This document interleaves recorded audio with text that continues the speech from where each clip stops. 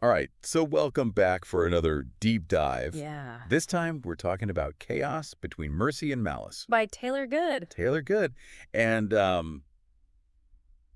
me tell you, this book, Buckle up. this book is a wild ride. It's a wild ride through this world where, like, angels and demons, They're just walking they're around. just, like, right next to us. Yeah. But it's not your average, paranormal romance. Well, no, It- it's different. It's what's so cool about this book. Yeah. Goode really flips the script on like what you think you know about angels and demons. Right. Yeah, it's dark. Yes. It's funny. Yes. And it's just full of those twists that leave you wanting more. Absolutely. So, okay, picture this. Jess, our main character, Okay. she's about to turn 21, All right. and she just wants a normal life. Who doesn't at 21? I know, right? Like, come on. Like a first kiss, maybe a boyfriend. She even compares herself to Cinderella, Yeah. waiting for her prince to just, take her away from her mundane life. But there are hints that Jess, she's not as ordinary as she seems, No. you know, Right from the beginning. right from the get-go. Goode sprinkles in these details, little details that just they make you question everything. Yeah. You know? Yeah. She's taking this mysterious medicine. Yes. And then her aunt, Naomi, she is just overly protective. I'm super protective. It's like she's hiding something. Like a big a secret. huge secret. It's like there's this tension. Oh, yeah. Just building. Yeah. Waiting to erupt. And it totally builds when Jess decides to, sneak out to a party. Oh, come on. You know? Who hasn't snuck out to a party? I mean, yeah, when you're 20. Quickly. Especially when you're 20. Yeah.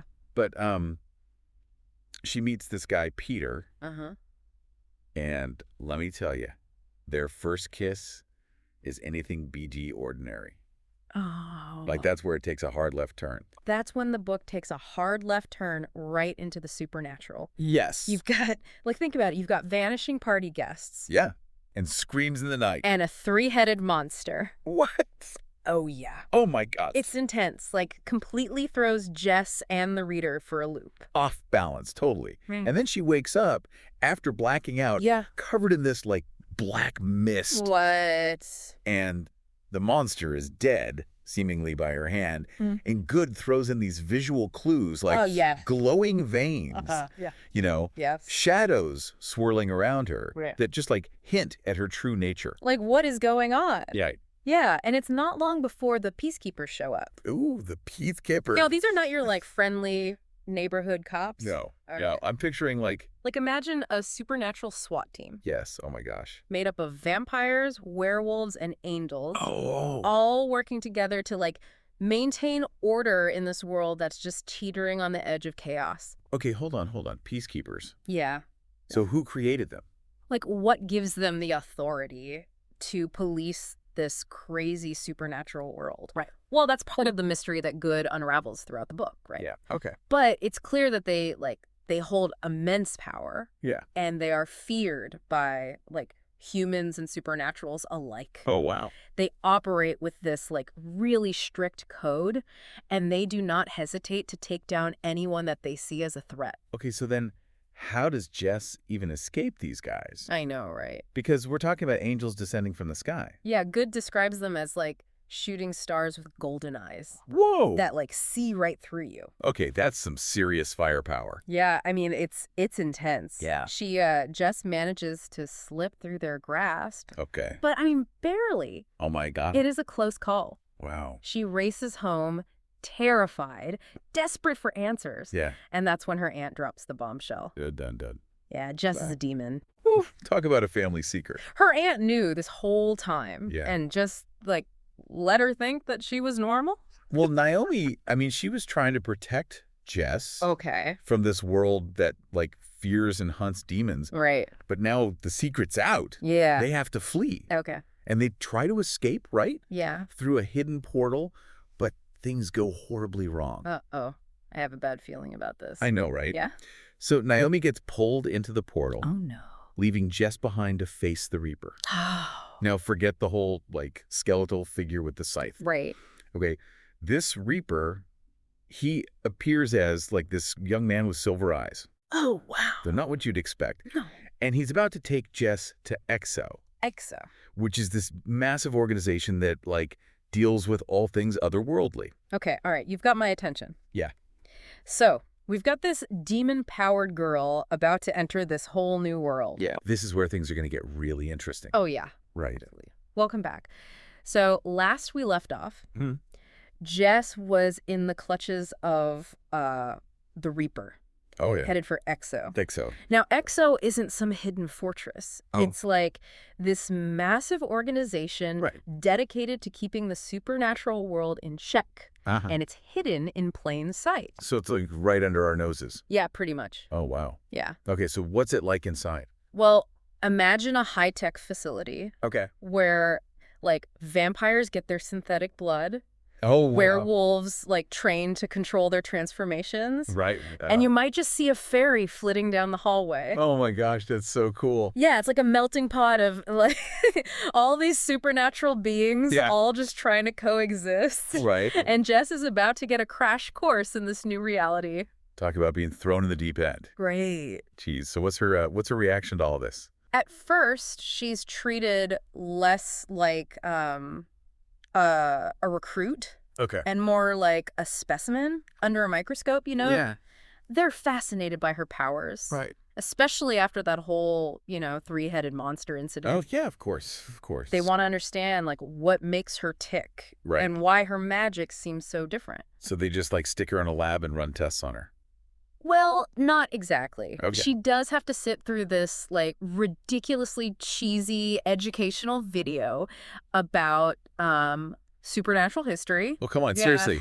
I can just picture it. I know, right? Like grainy footage. Yes. And like a narrator with a voice that could put you to sleep. Oh, you're not wrong. Yeah. But here's the thing. The video actually drops some pretty fascinating information. Okay, like what? You find out that vampires weren't always seen as the blood-sucking villains, you know, that we know from, like, lore and stuff. Yeah. Some of them even fought alongside humans and angels in, like, a past war against demons. That flips the script. Yeah, it does. Okay, so who does she meet during her time at EXO? Anyone we should, like, keep an eye on? Oh, there are some definite standouts. All right. There's Zach. He's an angel who is so ridiculously sunny and charming. You can't help but smile when he's around. Oh. You get the feeling that angels like him are pretty rare, even in a place like EXO. Right. He's actually the one who offers to take off Jess's handcuffs when she arrives. Oh, wow. Which says a lot about his character. An angel with a rebellious streak. Yeah. Okay, interesting. Who else? Then there's Mallory. She's a vampire. Okay. With a sense of smell that could rival a bloodhound.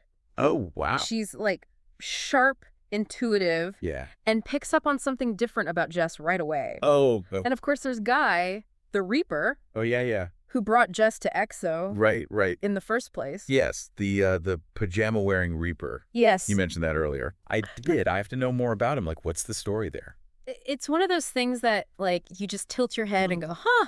Yeah. You know, he's powerful, observant. You definitely wouldn't want to cross him. Yeah. But then you see him, like, wandering around EXO in his pajamas, and it just throws you off. That's not the image that comes to mind when you think Reaper.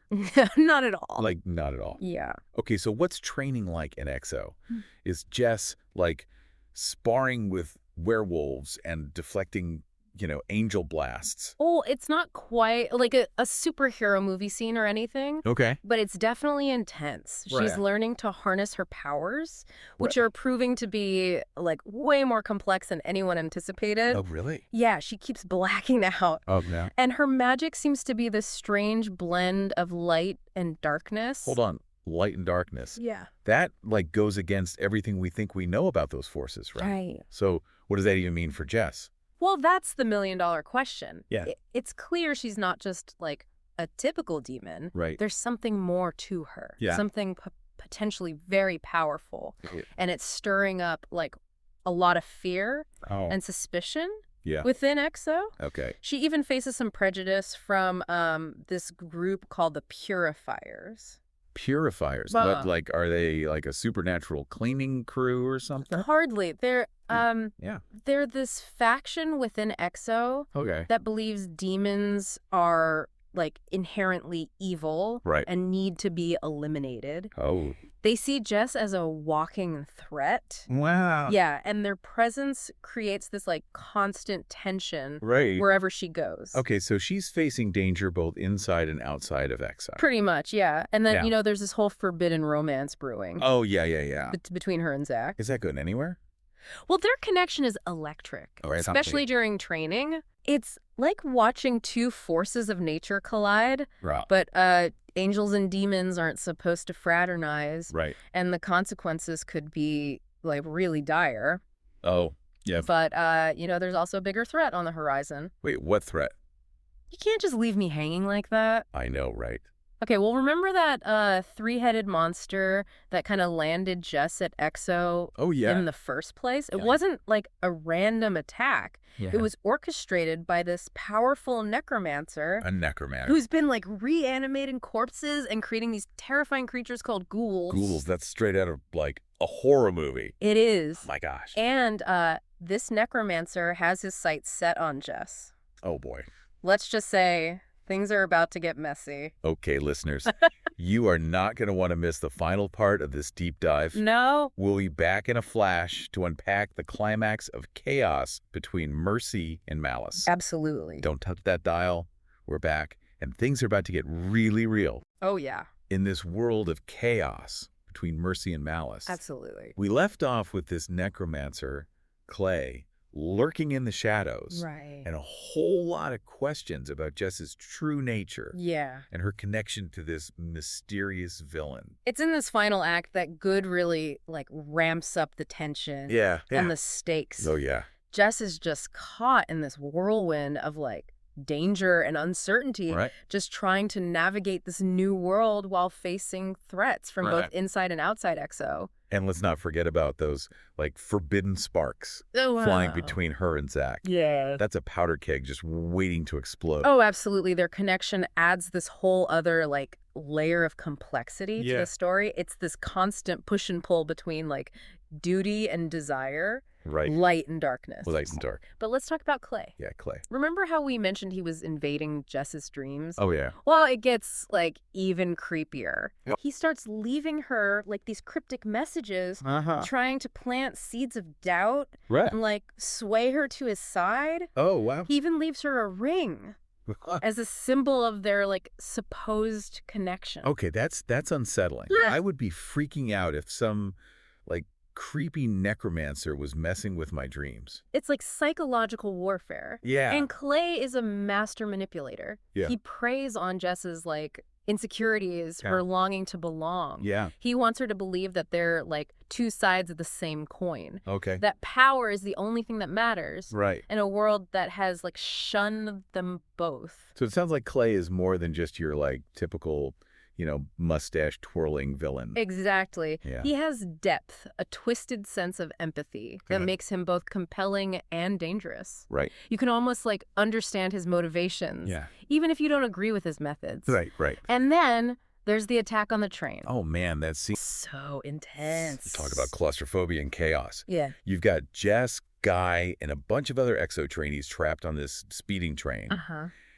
And a ghoul boosts through the roof. Oh, yeah. It's like something out of a nightmare. Goode does not hold back on the, like, visceral details. You can practically hear, like, the screech of metal, feel the panic rising as this, like, grotesque creature tears through the train car. Oh, my gosh. And, like, amidst the chaos, Clay seizes his opportunity, pulls Jess aside to reveal a truth that will, like, shatter her world. Okay, spill the beans. What does he tell her? Clay drops a bombshell. Jess isn't just any demon. She's the daughter of a demon lord. What? This revelation just, like, rocks Jess to her core. It's like everything she thought she knew about her family, her past, was a lie. No wonder she feels like the rug's been pulled out from under her. Right. And Clay uses that to his advantage. Oh, of course he does. Pushing her to, like, embrace her lineage, her power. Right. He sees it as her, like, birthright, her destiny to rule alongside him. Yeah. But there are others who believe Jess can forge her own path. Remember Guy, the Reaper, who seemed so, like, detached? Yeah. Well, he steps in to protect Jess. Wow. Even if it means defying his own kind. That's a huge twist, the Reaper, who's supposed to be like this neutral force. Right. Take sides. Yeah. and risks everything for Jess. Yeah. What does that tell us about him and his feelings for her? It's like a pivotal moment in the story. Yeah. One that reveals a depth to Guy we hadn't seen before. Right. He sees something in Jess. Yeah. A spark of goodness. Okay. That defies her demon heritage. And he's willing to fight for that, even if it means sacrificing his own power, his own existence. It's a big deal. Okay, so we've got a Reaper defying his nature. Yeah. An angel battling his superiors. Mm-hmm. And a demon struggling to control her powers. Yeah. Where does it all lead? That's the beauty of this book. You think you know where it's going. Right. But good throws, like curveball after curveball. Yeah. There's a final showdown. Okay.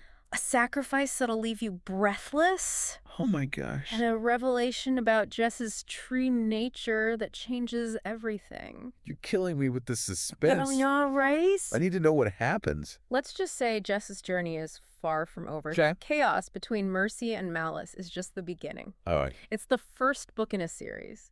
And trust me, you're going to want to devour every single one. Well, listeners, we've taken you deep into the world of chaos between Mercy and Malice. We have. But like any good deep dive, we've only scratched the surface. It's true. There's so much more to uncover. Oh, yeah. Intricate world building. Yes. The complex characters. The heart-stopping twists and turns. Absolutely. It's a story that will stay with you long after you finish that last page. It really will. It makes you think. Yeah. It makes you feel. Yes. And it leaves you craving more.